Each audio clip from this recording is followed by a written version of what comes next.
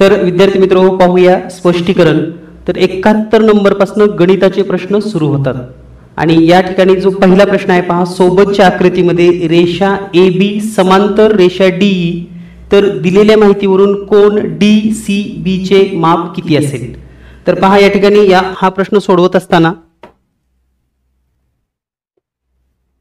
जर आपण या ठिकाणी DE आणि AB ला समांतर रेषा काढली अशी, तर या ठिकाणी हा जो कोण आहे तर तो 50 चा वितक्रम कोण होईल। त्याचबरोबर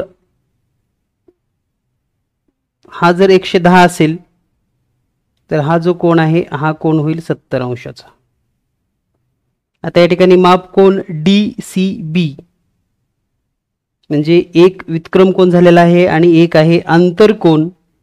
तर यावरून आपल्या लक्षात येईल 50 आणि 70 ची जर बेरीज केली तर 50 आणि 70 उत्तर येणार आहे 120 अंश। म्हणजे या प्रश्नाचं उत्तर आहे पर्याय क्रमांक 2। यानंतर पाहूया आपण पुढील प्रश्न। प्रश्न क्रमांक 72। प्रश्न क्रमांक 72 आहे, खालील पैकी कोणत्या त्रिकोणात शिरोलंब संपात बिंदू हा त्रिकोणाचा शिरोबिंदू असतो। तर हे फक्त काटकोन त्रिकोणामध्ये शक्य आहे। म्हणजे जर आपण काटकोन त्रिकोण काढला तर या ठिकाणी जे लंब येतात ते याच ठिकाणी येतात जिथं शिरोबिंदू असतो तिथं। तर हे लंब आहेत आणि म्हणून याचं उत्तर आहे पर्याय क्रमांक 3। यानंतर पाहूया आपण पुढील प्रश्न। प्रश्न क्रमांक 73। तर प्रश्न क्रमांक 73 पाहत असताना प्रश्न क्रमांक 73 आहे, खालील पैकी कोणत्या चौकोनाचे कर्ण परस्पर लंब नसतात। तर आयतामध्ये हे कर्ण परस्पर लंब नसतात म्हणून याचं उत्तर आहे पर्याय क्रमांक 4।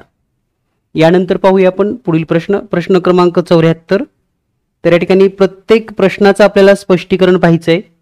प्रश्न क्रमांक 74 मध्ये आपल्याला असं सांगितलेलं आहे, दिलेल्या आकृतीमध्ये म्हणजे ही जी आकृती दिलेली आहे या आकृतीमध्ये हे दोन त्रिकोण बाकोको कसोटीनुसार एकरूप होण्यासाठी पहा काय सांगितले त्यांनी, कोणती कसोटी सांगितली आहे, बाकोको।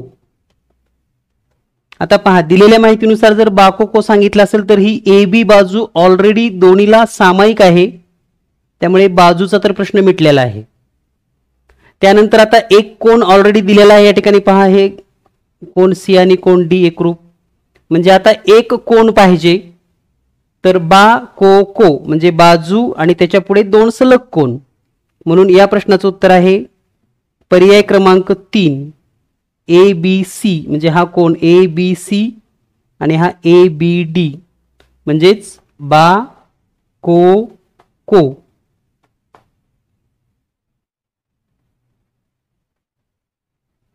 या पद्धतीने आपल्याला हे सांगता येतं।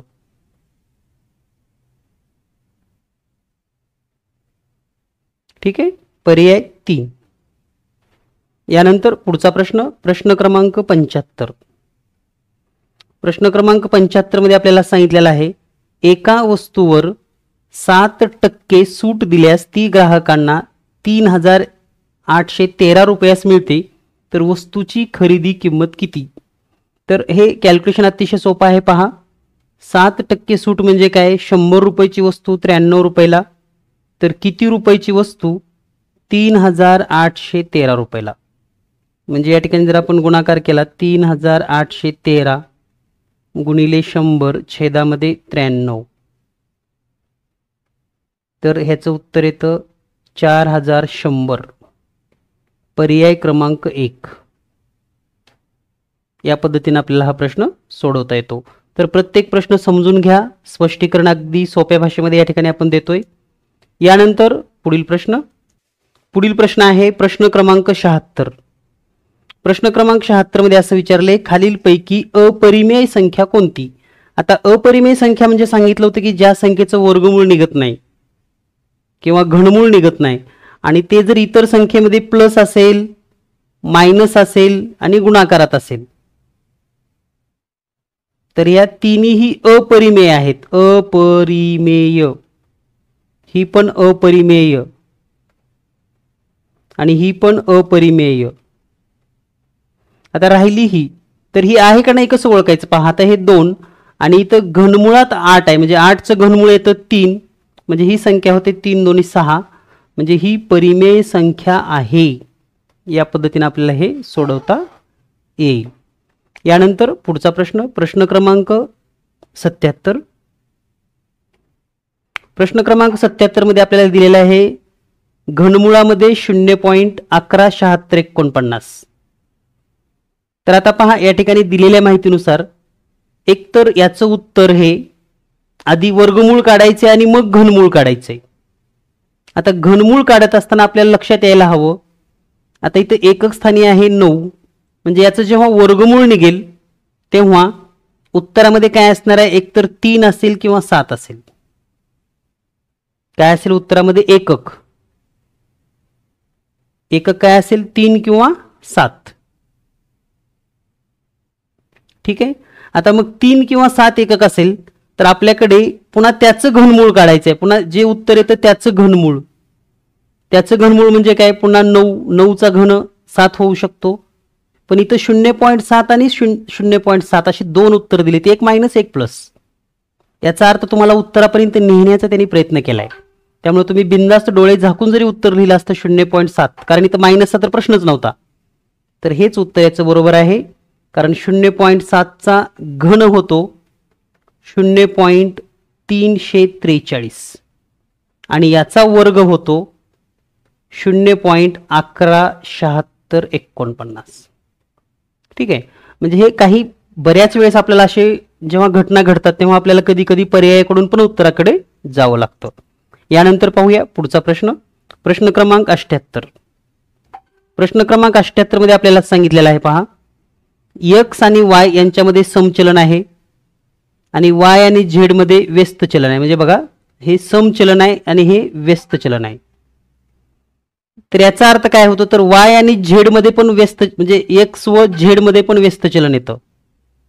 x व z मध्ये पण व्यस्त चलन, आणि हे तुम्हाला पर्याय क्रमांक 3 मध्ये दिसेल. यानंतर पाहूया पुढचा प्रश्न, प्रश्न क्रमांक 79. प्रश्न क्रमांक 79 मध्ये आपल्याला सांगितले एका बैलगाडीच्या चाकाचा व्यास 1.4 मीटर आहे, अंतर आहे 1.1 किलोमीटर, तर त्या चाकाचे किती फेरे होतील. आता पहा अंतर माहिती आपल्याला 1.1 म्हणजेच 1100 मीटर होतं. छेदामध्ये एक जो व्यास होतो त्याचा म्हणजे एक परिघ होतो तो म्हणजे 2πr. तर 2πr म्हणजे काय, 2 गुणिले 22/7 गुणिले व्यास 1.4 असेल तर त्रिज्या किती असेल 0.7 मीटर. म्हणजे हे जर भाग दिला तर 7 1 7 हे येईल 0.1. म्हणजे याचा जर गुणाकार केला तर 22 2 44 आणि 44 1 44, म्हणजे छेदामध्ये येईल 4.4. कारण अंतर भागिले परिघ केले की आपल्याला फेरे मिळतात. आणि पुढे दशांश चिन्ह जर घालवायचं असेल तर वर 1 0 म्हणजेच 10 न गुणूयात आणि छेदामध्ये होईल 44. त्यानंतर 22 न भाग जातो, 22 2 44, 22 5 10 दर्शे 2 0 जशाला तशी, बे 1 बे, बे 2 4, 1 उरलं, बे 5 10 0, म्हणजे 250 फेरे हे या प्रश्नाचं योग्य उत्तर आहे. यानंतर पाहूया आपण पुढील प्रश्न. पुढचा प्रश्न आहे प्रश्न क्रमांक 80. प्रश्न क्रमांक 80 मध्ये आपल्याला सांगितले की 7 सेमी, तळाचा व्यास 7 सेमी व उंची 28 सेमी असलेल्या धातूची वृत्तचित्ती वितळवून त्यापासून 2 मिलीमीटर व्यासाची तार तयार केली तर त्या तारेची लांबी किती असेल. पहा दिलेल्या माहितीनुसार आपल्या लक्षात येईल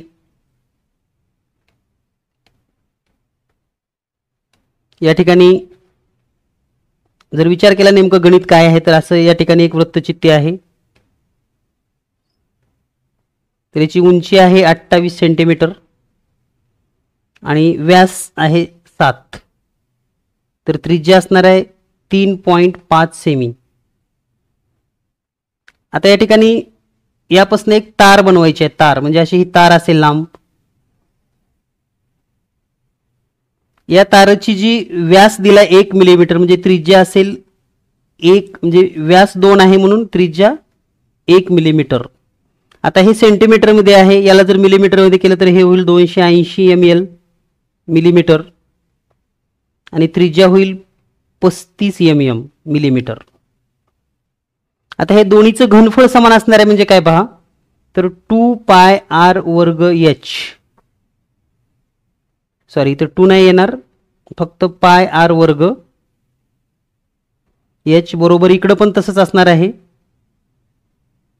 पाय r वर्ग h. यामध्ये पाय पाय कटून जाणार आहे. आता r वर्ग म्हणजे काय, 35 गुणिले 35 आणि उंची h म्हणजे 28 बरोबर इकडं r म्हणजे काय, एकच सेमी आहे म्हणजे 1 गुणिले 1 आणि लांबी म्हणजे h, ही जी लांबी आहे h, तारेची लांबी, तर हे h काढायचं म्हणजे यांचा गुणाकार करायचा आहे आणि हा गुणाकार येतो 343 आणि त्याच्यावर 3 शून्य बरोबर h म्हणजेच लांबी, तारेची लांबी. आणि हे मिलीमीटर आहे, याला 10 न भागलं की सेंटीमीटर होतं आणि पुन्हा 100 न भागलं की मीटर होतं, म्हणून याचं उत्तर आहे पर्याय क्रमांक 2 343 मीटर. यानंतर पुढचा प्रश्न पाहूया आपण, प्रश्न क्रमांक 81. प्रश्न क्रमांक 81 आहे. तर पहा या ठिकाणी प्रश्न क्रमांक 81 जो दिलेला आहे, सोबतच्या आकृतीमध्ये 7 सेमी बाजू असलेला चौरस आहे, म्हणजे चौरसाची बाजू किती आहे 7 सेमी.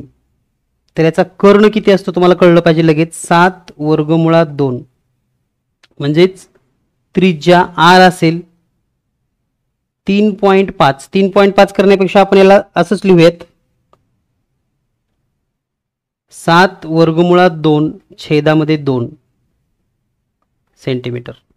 आधी वर्तुळाचं क्षेत्रफळ काढावं लागेल आणि त्याच्यातून मग चौरसाचं क्षेत्रफळ वजा करावं लागेल. वर्तुळाचं क्षेत्रफळ पाय r वर्ग, पाय म्हणजे 22/7 आणि r म्हणजे 7 वर्गमुळात 2 छेदामध्ये 2, 7 वर्गमुळात 2 छेदामध्ये 2 म्हणजे वर्ग असल्यामुळे 2दा लिहिला आपण. तर आता हे 7 1 7 7 1 7 कट होते, त्यानंतर 2 न 22 ला भागूयात, बे 1 बे, बे 1 बे, बे 1 बे. आता वरचे वर्गमुळात 2 वेळेस आणि खालचं 2 हे कट होतं म्हणजे वरच्याचा गुणाकार 2च येतो, खाली 2 आहेच ऑलरेडी आणि या ठिकाणी गुणाकार येईल 11 गुणिले 7 बरोबर 77. तर हे वर्तुळाचं क्षेत्रफळ आहे, हे लक्षात घ्या, वर्तुळाचे क्षेत्रफळ बरोबर 77 चौरस सेमी.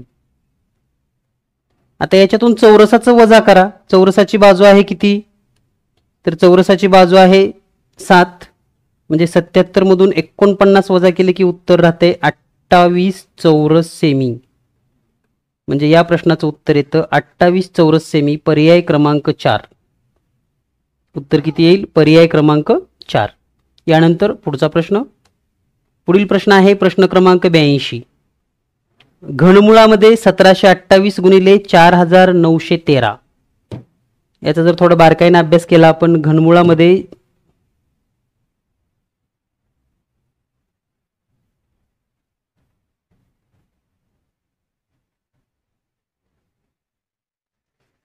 तर 1728 चं घनमूळ येतं 12 आणि 4913 चं घनमूळ येतं 17, या दोन्हीचा गुणाकार येतो 204. म्हणजे उत्तर आहे पर्याय क्रमांक 3 या पद्धतीने.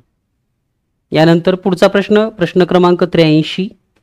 375 x घन वजा 81 y घन यामधून जर 3 कॉमन काढलं तर कंसात राहील 125 x घन वजा 27 y घन. म्हणजे या ठिकाणी हे 3 जशाला तसं येईल आणि याचं घनमूळ म्हणजेच 5x वजा 3y पहिल्या कंसात, दुसऱ्या कंसामध्ये पहिल्याचा वर्ग म्हणजेच 25x वर्ग अधिक त्यांचा गुणाकार म्हणजे 15xy अधिक दुसऱ्याचा वर्ग म्हणजे 3y वर्ग. म्हणजे या प्रश्नाचं उत्तर येईल 3चा वर्ग 9y वर्ग, सॉरी, पर्याय क्रमांक 3. यानंतर पुढील प्रश्न, प्रश्न क्रमांक 84. प्रश्न क्रमांक 84 आहे, 12 कडा व 7 पृष्ठ असणाऱ्या घनाकृतीला शिरोबिंदू किती. तर यासाठी सूत्र लक्षात ठेवा, E+2 = V+F. यामध्ये E म्हणजे कडा, एज 12 अधिक 2, त्यानंतर V म्हणजे व्हर्टेक्स, ते जे शोधायचे आपल्याला शिरोबिंदू, आणि F म्हणजे 7. तर यांची बेरीज झाली 14 बरोबर V अधिक 7, आणि म्हणून V ची किंमत पण 7च असणार. पर्याय क्रमांक 4. यानंतर पुढील प्रश्न, प्रश्न क्रमांक 85. यानंतर पुढचा प्रश्न आहे प्रश्न क्रमांक 85. यामध्ये आपल्याला सांगितले की 4 क्रमागत समसंख्येची बेरीज 460 आहे, तर त्या 4 संख्येमध्ये खालीलपैकी कोणती संख्या येणार नाही. तर पहा, 460 ला जर आपण 4 न भाग दिला तर उत्तर येतं 115. तर याच्यात 2 आधी आणि 2 नंतर म्हणजेच काय, 112, 114, 116 आणि 118 या त्या 4 संख्या आहेत ज्यांची बेरीज येते 460. मग या ठिकाणी पर्यायामध्ये 116 आहे, 118 आहे, 112 आहे, नाही कोणती 120, म्हणजे नसणार, येणार नाही, म्हणजे 120 याच्यामध्ये नसेल, या पद्धतीने. यानंतर पुढचा प्रश्न आपण पाहूयात. पुढे आपल्याला या ठिकाणी एका गावातील 20 कुटुंबामध्ये रोज किती लिटर दूध घेतात याची नोंद पुढे दिली आहे, त्यावरून घेतलेल्या दुधाचा मध्य काढा. तर या ठिकाणी ज्या संख्या दिलेल्या आहेत त्या कोणत्या कोणत्या ते समजून घ्या. तर या ठिकाणी माहितीमध्ये 0.5 दिलेला आहे, त्यानंतर 1 आहे, 1.5 आहे, 2 आहे आणि 3 आहे. ठीक आहे, म्हणजे घेतलेले दुधाची लिटर 0.5 लिटर आहे, 1 लिटर आहे, 1.5 लिटर आहे, 2 लिटर आहे आणि 3 लिटर आहे. आता 0.5 जर तुम्ही पाहिलात तर हे 0.5, 0.5, 0.5 आणि 0.5 म्हणजे 4 वेळेस आहे. तर याचा गुणाकार केला तर तो येतो 2. त्यानंतर आता 1 किती वेळेस आहे पहा, 1 या ठिकाणी आहे, त्यानंतर हे 2 2 वेळेस, 3 वेळेस, 4 वेळेस, 5 वेळेस आणि 6 वेळेस, म्हणजे 1 6 वेळेस आहे म्हणून याचा गुणाकार आला 6 लिटर दूध. ठीक आहे, म्हणजे 6 कुटुंबात 1 लिटर दूध घेतात म्हणजे 6 लिटर झालं. आता आपण 1.5 लिटरचा विचार करूयात. पहा, 1.5 इथं आहे, इथं पण आहे, त्यानंतर 1.5 इथं पण दिसतं तुम्हाला आणि 1.5 इथं पण आहे, म्हणजे 4 वेळेस आहे, म्हणजे 4 कुटुंबामध्ये 1.5 लिटर दूध आहे, टोटल झालं 6 लिटर. त्यानंतर आता 2 लिटर कुठं कुठं आहे पहा, 2 लिटर तुम्हाला इथं आहे, 2 लिटर, पुन्हा हे 2 लिटर आहे, हे पण 2 लिटर आणि हे 2 लिटर, म्हणजे 4 वेळेस आहे, म्हणजे हे 8 लिटर झालं. आता टोटल कुटुंबाचा जर विचार केला बघा, 4 आणि 6 10, 4 14 आणि 2 18, राहिले 2 कुटुंब ज्याच्यामध्ये 3 लिटर दूध असेल म्हणजे 6. आता या सर्वांची जर बेरीज केली तर ही बेरीज येते 28 लिटर, म्हणजे या टोटल कुटुंबामध्ये 28 लिटर दूध घेतलं जातं. मध्य काढायचं असेल तर मग 28 ला 20 न भागायचं आहे, 2 न भागूयात आपण, बे 1 बे आणि हे 0, वर आलं 14 आणि 14 × 10 म्हणजेच काय तर 1.4, म्हणजे मध्ये येतो 1.4. पर्याय क्रमांक 2 हे उत्तर अतिशय योग्य आहे, ऑप्शन नंबर 2. यानंतर पुढचा प्रश्न पाहूया आपण, प्रश्न क्रमांक 87. प्रश्न क्रमांक 87 मध्ये आपल्याला सांगितले की 3 अंकी 2 संख्यांचा गुणाकार आहे 53,125. मसावी 25 आहे, तर त्यापैकी मोठी संख्या कोणती. तर यामध्ये पर्याय कसे करतात बघा, सोडवायचं कसं गणित हे. 53,125 ला आधी 25 न भाग देऊन घ्या, तर 25 1 25, 25 दोन्ही 50, 3 उरले 31 होईल, 25 1 25, पुन्हा 6 उरेल 62 होईल, 25 दोन्ही पुन्हा 12 उरेल, 25 5 1600. आता आलं 2125. याला जर आपण 5 न भाग दिला, कारण इथं 5 आहे ऑलरेडी एकक स्थानी, म्हणून 5 न भागूयात. 5 1 5, 5 चौक 20, 1 उरले 12 होईल, 5 दोन्ही 10, 1 उरलं, सॉरी 2 उरले, 5 5 25, म्हणजे ही 425 गुणिले 5 असं आपण लिहू शकतो. ठीक आहे, मग आपला जर मसावी 5 असेल तर त्यापैकी एक संख्या ही 425 आहे, आणि थोडा पडताळा घेतला तर 425 गुणिले 125 या 2 संख्यांचा गुणाकार 53,125 येतो. म्हणजे मोठी संख्या 425, लहान संख्या 125. म्हणून या प्रश्नाचं उत्तर आहे पर्याय क्रमांक 3 या पद्धतीने. यानंतर पाहूया आपण पुढचा प्रश्न, प्रश्न क्रमांक 88. प्रश्न क्रमांक 88 मध्ये सुषम षटकोनाच्या आंतरकोनाच्या मापाची बेरीज किती अंश असते.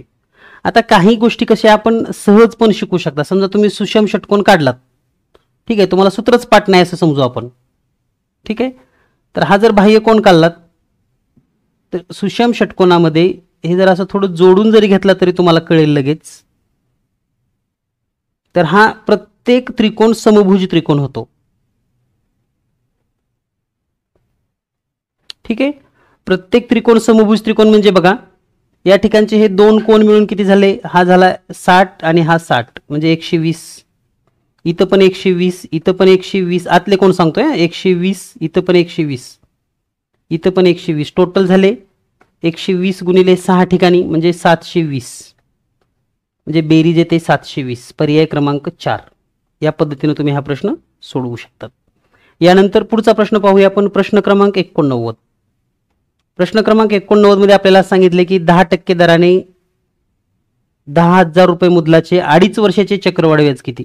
आता हा प्रश्न सरळ व्याजाने पण सोडवता येतो. हे मी बऱ्याच वेळेस तुम्हाला सांगितले की चक्रवाढ व्याजाचं तुम्हाला लक्षात येत नसेल तर सरळ व्याजाने म्हणजे पहिल्या वर्षाचं सरळ व्याज काढा. जसं की 10,000 गुणिले 10%, वर्ष एकच, छेदामध्ये 100, 2 शून्य, हे 1 शून्य, हे 1 शून्य कटलं, इथे 10,000 आहे, 2 शून्य इथलेच कटूयात, हे 10 जसं आहे तसं राहील, म्हणजे याचं उत्तर येईल 1,000 सरळ व्याज पहिल्या वर्षी, ठीक आहे. आता दुसऱ्या वर्षी काय करायचं, हे 10,000 आधीचं मुद्दल अधिक 1,000 म्हणजे दुसऱ्या वेळेसचं मुद्दल करायचं 11,000 रुपये आणि मग दुसऱ्या पण एकाच वर्षाचं व्याज काढायचं म्हणजे 11,000 गुणिले 10% गुणिले 1 छेदामध्ये 100, 2 शून्य 2 शून्य कटले, तुम्हाला व्याज मिळेल 1,100 रुपये, ठीक आहे. आता पुन्हा मुद्दल किती होईल, आधीचं 11,000 अधिक 1,100 म्हणजे मुद्दल होईल 12,100. पुन्हा 6 महिन्यासाठी काढायचं आहे आपल्याला, 12,100 गुणिले 10% गुणिले 6 महिने म्हणजेच अर्ध वर्ष, 1/2 भागिले 100, 2 शून्य 2 शून्य कटली, बे 1 बे, बे पंचे 10, 5 1 5, 5 2 10ला 0 हातची आली 1, 5 1 5 म्हणजे 605. आता पहा, पहिल्या वर्षीचं व्याज होतं 1,000, दुसऱ्या वर्षीचं 1,100 आणि पुढे 6 महिन्याचं 605. या सगळ्यांची बेरीज करा, ही बेरीज येईल 2,705 रुपये म्हणजे पर्याय क्रमांक 1, ठीक आहे. म्हणजे चक्रवाढ व्याजामध्ये न अडकताही आपल्याला हे प्रश्न सोडवता येतात, हे समजून घ्या. यानंतर पाहूया आपण पुढील प्रश्न, प्रश्न क्रमांक 90. प्रश्न क्रमांक 90 मध्ये तुम्हाला दिलेला आहे 8x घन वजा 27y घन या बहुपदीला 2x वजा 3y ने भागले असता भागाकार व बाकी किती. अतिशय सोपा प्रश्न होता खरं तर. आता या ठिकाणी थोडं विश्लेषण केल्यावर तुम्हाला लगेच लक्षात येईल काय नेमकं याचा आहे अर्थ होतो. तर पहिल्यांदा तर हे 8x घन वजा 27y घन याचा विस्तार काय येतो पहा, तर तो येतो 2x वजा 3y आणि दुसऱ्या कंसामध्ये 4x वर्ग अधिक 6xy अधिक 9y वर्ग, ठीक आहे. आणि याला भागायचं आहे कशानं, तर 2x वजा 3y न.